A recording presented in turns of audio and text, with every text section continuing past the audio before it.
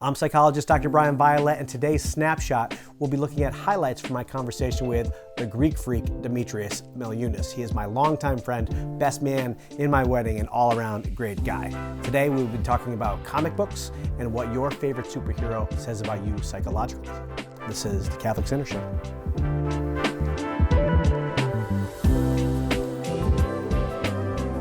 When was the last time you were in a comic book store? About a year, maybe at this point. How do you live with yourself? You know why? Because I can't control myself. That's why. So that's the problem. I always come out with like a $200, $300 comic book. So I had to like. Well, I'm disappointed. Yeah. Because you're one of two people that I can talk comics with left in this world. The other one, we will not name now. If you say his name 3 times, he'll show up. But we used to spend a lot of time in comic book stores. Yeah. Before I went away to school, did my graduate program. And we spent a lot of money. Yeah, we did. A ton. Yeah. And it got a little out of hand for me, so that's why I kind of had to roll it back. What was your most expensive comic that you ended up getting? I have the first appearance of Spider-Woman. I can't remember the cost of it, but It's kind of soft, I'm not going to lie to you. it is. So I did buy. So I think the greatest one I got was, I wish I didn't sell it. I got the first appearance of Harley Quinn. I think it's Batman Comics do remember 12. that. I think, Yes, or yes. something like that. You were so excited. I got it for like $250, and then I flipped it for like $850. Really? Yeah, You flipped it. I know, but I really wish I hung on to it. But I know. Well, did you sell it like during the height of the yeah, it was character like before, popularity? Yeah, it was right before I think first Suicide Squad came out. It's a small window. So there's a difference between collecting in order to flip versus like, I don't ever want to sell this because it means something to me. Harley Quinn's not one of your favorite characters. It's not, but it still hurt when I sold it, So I was like, I can't do this again. So now I'm just preciousing them, all of them, These are mine. Smart. Yeah. So I went into a comic book store recently because I was trying to decorate the set, and I was looking for something like this. And back when we used to go to comic stores, they had all those statues in the glass cases, all of them. We have a lot of, there's probably like 5, or there were 5 stores in the general area of where we live, within 15, 20 minutes. It was a lot. It was like the height of comic sales. And so they don't sell these anymore. Really? I have a cable one, something similar to that. Very nice. Incredible. Yeah. But they don't sell them because the world of eBay just undercuts them, and people can just where I ended up getting this is online. Yeah. And it's amazing, by the way. It is. I mean, I'm pretty pumped about it. But I was struck when I went into the store because in some ways it was like stepping into a time capsule, and nothing had changed. And I went to a store near me, and I encountered the owner of the store. It was the middle of the afternoon.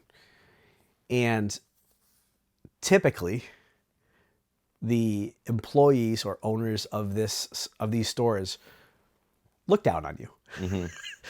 Because they know so much more than you. They're not impressed. No, yeah. They're ready to actually you at any moment. They know obscure characters and comics that you never even heard of. Yeah. It's like, I just wonder, like, are they just feel powerless in their life? So this is like their one arena where they can make you feel terrible and put themselves above you. So, but I mean, it's like that character from The Simpsons, right? Yeah. Yeah. With the ponytail, and he's actually, I forget his name. Yeah. I forget his name. I wasted my life. But there's a reason that character exists, is because that's a comic book store like character. It's a comic book store person that you would encounter there. And you always feel a little insecure when you go in there. It's like everything's kind of fragile and it's really quiet. It's always very quiet. And, you're like, am I too old to be in here? You usually see like a 8-year-old with his dad. And so it's like just a strange experience. Okay. So this is for our listeners because I don't know how many of you have been in comic book stores, but it's a great experience. Can I tell you a quick secret? Yeah. When I'm in there and I see a comment that I like, I go in the back and kind of research it real quick to at least like pretend when I know what I'm talking about and like get an idea, and then I go back and talk to them. Well, you don't want to embarrass yourself. Right. Yeah. The stakes are too high. But listen, so I went into this store and I met the Mr. Rogers of comic book store owners. Just loving and hopeful. Yes. It was unbelievable. So he's a unicorn. He was a unicorn. Yeah. I'd actually like to have him on the show one day. Oh, nice, So I walk in there. Shout out to Wayne. Okay, shout out to Wayne. And I walk in, there's no one there, and I recognized him, but I mean, he didn't recognize me. It had been like 10 years since I'd been in a shop. Mm-hmm. And I was like, hey, how's it going? He's like, hi, I'm Wayne. I was like, hi, nice to meet you. I'm like, I'm Bryan. I used to come in the store a lot, and we talked a little bit for a couple minutes. And I'm like, also, I have in the back of my car, I have a trunk full of comics. I have 2 boxes. And for a number of years, it was like, maybe it's time to see the value of these and see how much they're worth and maybe make a sale, especially if I'm spending money on a Captain America statue and buying stuff for the studio. It's like a little extra cash flow couldn't hurt. Yeah. And he's like, when are your comics from? And I said, like the best ones are probably the 90s. And he's like, oh. He's like, everybody started collecting and holding their comics in the 90s. He said he called it like the Gorge. Oh, really? The Gorge phase. Did he ruffle your hair? He's like, oh, nice try. It's cute. It's cute. No, he was like, that's the thing. He was like still like very, very affirming and validating. All my dad issues were coming up. It was great. He made you some tea. He was like, let's talk. Yeah. And so he's like, but you know what? He's like, since you brought him down here, why don't you bring him inside? I'll take a look. That's wild. I know. So I bring these 2 huge boxes into the store and I put them on the ground. He's just like rifling through them for like 10 minutes. And he's like, well, if this one might have been worth something, but see these corners here? This was deeply loved. Oh my God. And he's like, that's a great way to say it. He's like, most of your comics were loved. They were deeply loved. And that's what they're for. That's what comics are for. They're for love. God. He's like, if I had to buy these from you, probably $50. Yeah.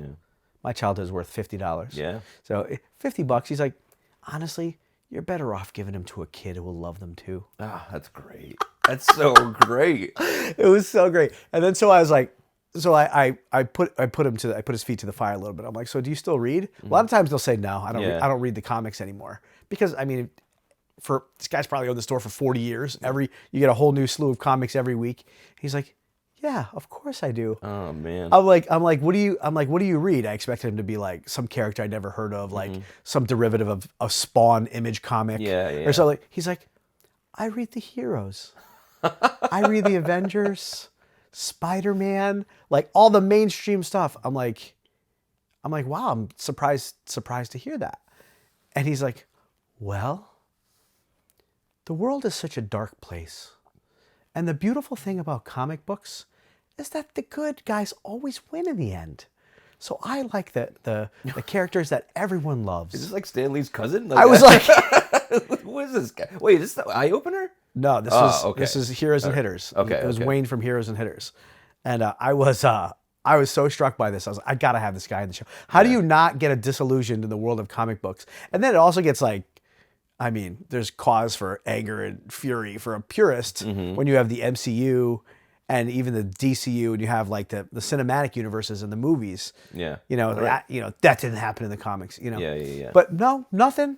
Just happy to be here, loving good things in life. It's a hippie, huh? I'm like, he's like saintly.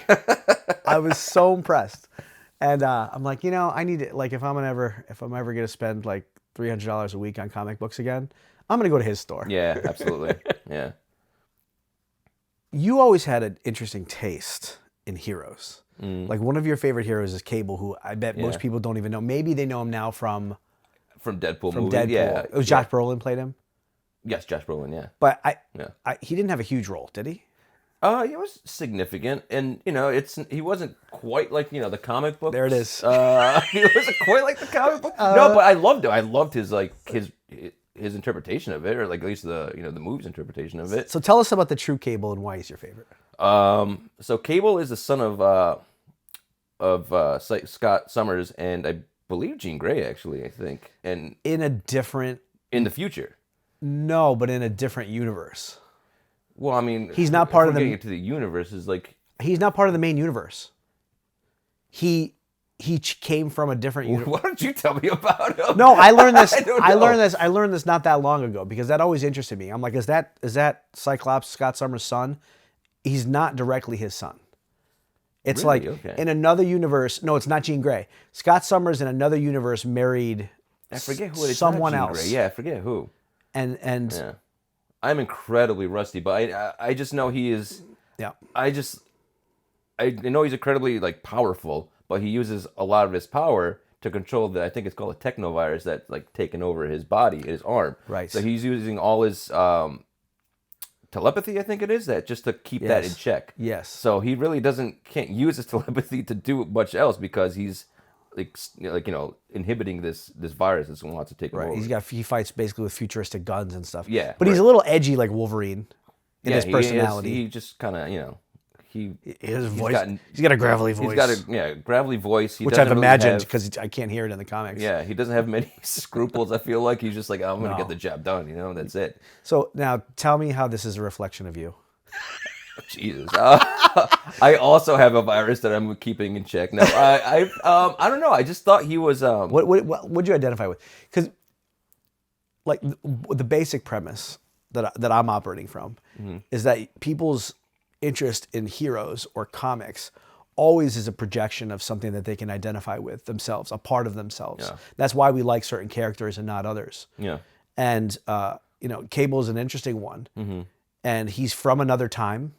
Like, here's some facts. Tell me if any of this identifies with you. Yeah. He's from another time. Yeah. He has to exercise all of his mental energy to control himself. That, yes. Click check. I think that's the biggest thing is he is a very abrasive character for a lot of people, and I do like that. I kind of You find yourself I abrasive. relate to that in some aspects, I guess. Some people, I remember when we were working together in the restaurant and some girl called you intense. And you're like, Yeah. I'm not intense. No, that was after the fact. That was she. I know. She remember. I asked her on a date, and she said, "She goes, you're too intense for me." And I was just like, Jesus. No, but then you thought about it. You're like, you know what? She's right. I am intense. It's the first person to ever kind of put me in my place, and I was like, Yeah, but you embraced it. I did. Yeah, definitely. I'm intense, and that's okay. Yeah. Yeah, but it's aside from Cable, it is Captain America too. For a long time. Yeah. Really?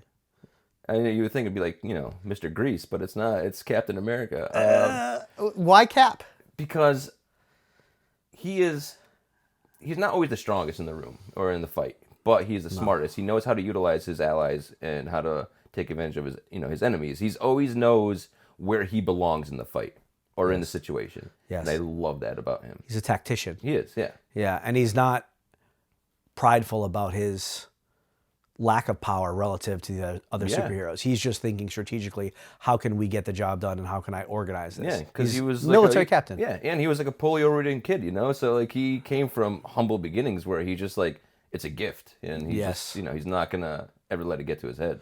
Yeah, I also like how, going back to my other point is we don't like how we relate to heroes, or we hope to become like the heroes of our childhood. In some ways, I think they can even inform us. There's no way that fictional characters that I've liked over the course of my life have not affected who I am today. Absolutely. Like, they become a model, an archetype, which is why I think these conversations are so important. It's to be honest with yourselves. Not all of your influence comes from your parents or your friends or your teachers. Your imagination and fantasy can influence who you are. And, we don't have many heroes left, even in the world of comics, that are just good guys. Yeah. We had a period of anti-hero for a while. I think it's actually coming back around even in the world of comics. But, they made Wolverine very dark. Punisher became popular. There's this edgy side, which I think the world's liked for a bit because it's more realistic. Because characters like Captain America or Superman reflects archetypal ideals that no one can ever reach, and so people wouldn't identify them. So it's I like the guy with problems, like the hero with problems. Yeah. But now it's look, the world's got enough problems. Give me a hero again. Yeah. I would like some kind of beacon of how I should live my life and how I should be. And Cap is a character that's out of time. Yeah, definitely. Any other characters that have been special for you? There was always Wolverine, obviously. I'm 40 years old and I still kind of just do like this, praying that some claws will pop out, Yes. But it's just, with Logan, it's just, again, I guess he's an outsider. I guess, Yeah. There's something about him. So, similar feel. I think there's overlap between him and him and like, Cable. and you know, it's kind of like, I think we all feel that rage sometimes. You know, you just kind of want to let go and go berserk. You know, it's kind of, you feel that. And it's just like, I don't know if we all feel that. no, all right, well, all right. I mean, I don't, but you know, there's that. I think that innate feeling of like, you know, God, I wish I could like be him and just like go crazy and like it's fine. Yeah. I mean, as much as I think you evolve in terms of the characters that you're attracted to as you mature personally. Yeah. But Wolverine has been my number one. That I know, yeah. Always. And it's for the point I think I repressed a lot of anger. Logan's always trying to repress his anger, and they would call it like controlling the beast. But I always identified with like, if I let it out, yeah, I wouldn't let it out, right? Because I was so inhibited growing up, and I didn't really know how to relate to anger well. Yeah. But like Wolverine was like the fantasy. Or if I got mad enough, I could actually like kill all of you. Yeah. Not that I'm homicidal. Right. Right. Just everyone knows he's not homicidal.